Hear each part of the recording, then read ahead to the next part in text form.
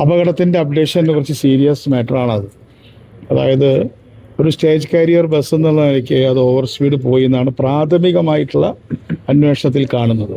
ഇപ്പോൾ നമ്മൾ transport commissioner കഴിഞ്ഞ കൊട്ടാരക്കര അപകടത്തിന് ശേഷം എന്ത് അപകടം ഉണ്ടായാലും അത് പോലീസ് കേസ് ആവുന്നതിന് പുറമെ ഒരു 5 day എൻക്വയറി, അതിന് പോസ്റ്റ് ക്രാഷ് എൻക്വയറി എന്നാണ് പേരിട്ടിട്ടുള്ളത്.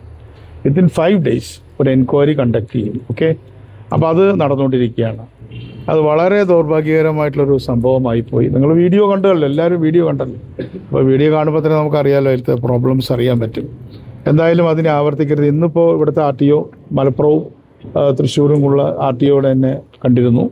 അദ്ദേഹത്തോടും പറഞ്ഞിട്ടുണ്ട് കർശനമായിട്ടുള്ള സ്പീഡ് നിയന്ത്രണം പ്രത്യേകിച്ച് ഈ മഴക്കാലത്ത് നടത്തണം.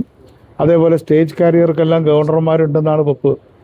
സ്പീഡ് ഗവർണർ വേണം. അപ്പോൾ സ്പീഡ് ഗവർണർ ഇല്ലാത്ത വണ്ടികളെ സംബന്ധിച്ചിടത്തോളം വളരെ കർശനമായ നടപടികളെടുക്കും.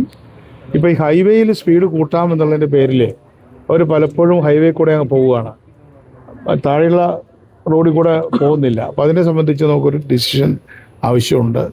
എന്തായാലും വളരെ ഗൗരവത്തോടെ ഗവൺമെൻറ് കാണുന്നുണ്ട്. അത്രയാണ് അതിനെക്കുറിച്ച് പറയുന്നത്.